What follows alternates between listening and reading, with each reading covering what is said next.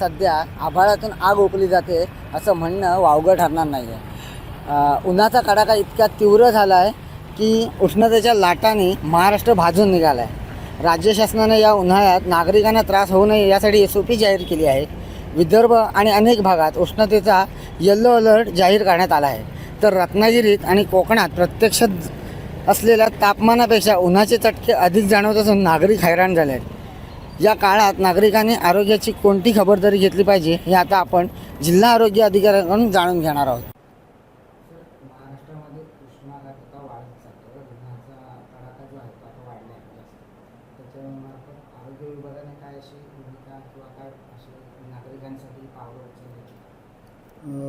जे आता उन्हाचा त्रास जो आहे तो दिवसेंदिवस आपल्याला वाढताना दिसतो आहे.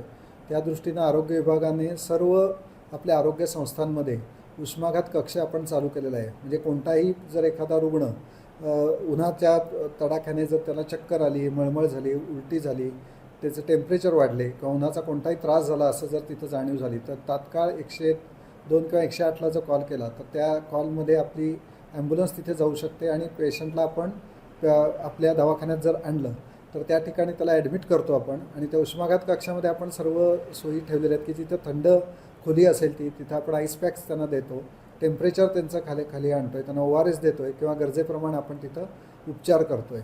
कारण उन्हाची तीव्रता वाढत असल्यामुळे सगळ्यांनी उन्हामध्ये आधी जास्त वेळ काम करू नये.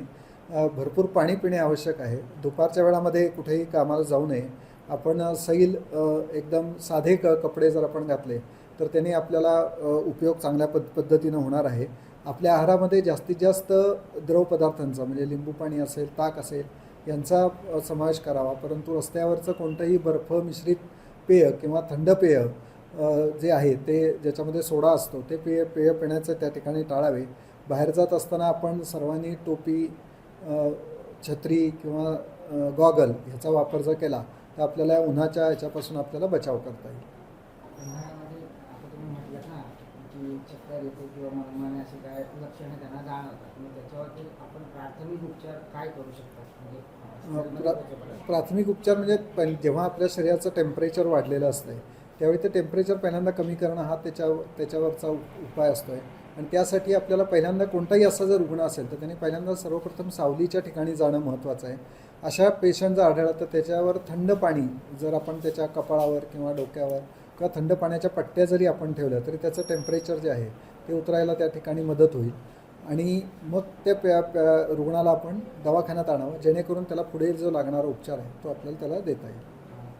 सर, काही आपल्याकडे म्हणजे शेतकरी वर्ग असेल, कामगार वर्ग असेल, त्यांना उन्हातून बाहेर पडावं लागतं गावातून, मग त्यांच्याशी काय वेळ किंवा त्यांना तुम्ही काय मार्गदर्शन? नाही, त्यांना म्हणजे एक म्हणजे कष्टाचं जे काम आहे ते सतत करून उपयोग राहणार नाही. दुसरी गोष्ट म्हणजे पाणी सतत पिणे हा त्याच्यावर महत्त्वाची बाब आहे. कारण उन्हाळ्याच्या मध्ये जे घाम येतो त्याच्यामुळे पाणी खूप मोठ्या प्रमाणावर जाऊ शकतं.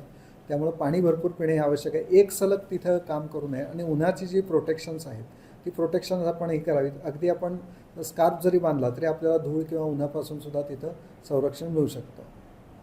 सर, मधुमेह किंवा ज्यांना जास्त BP वगैरे आहे असे त्रास आहेत त्यांनी काय काळजी घ्यायला पाहिजे? नाही, म्हणजे सर्वांनीच ही काळजी घ्यायला पाहिजे. म्हणजे मधुमेह किंवा जरी BP जास्त असेल तरी उन्हाचा त्रास हा उन्हात जर जास्त वेळ आपण चाललो किंवा जास्त वेळ फिरलो तर आपल्याला कोणालाही त्रास होऊ शकतो. त्यामुळं ऊन टाळणं हा पहिला पर्याय, उन्हामध्ये प्रोटेक्शन वापरणं हा दुसरा पर्याय, पाणी सतत पिणे हा तिसरा पर्याय आहे.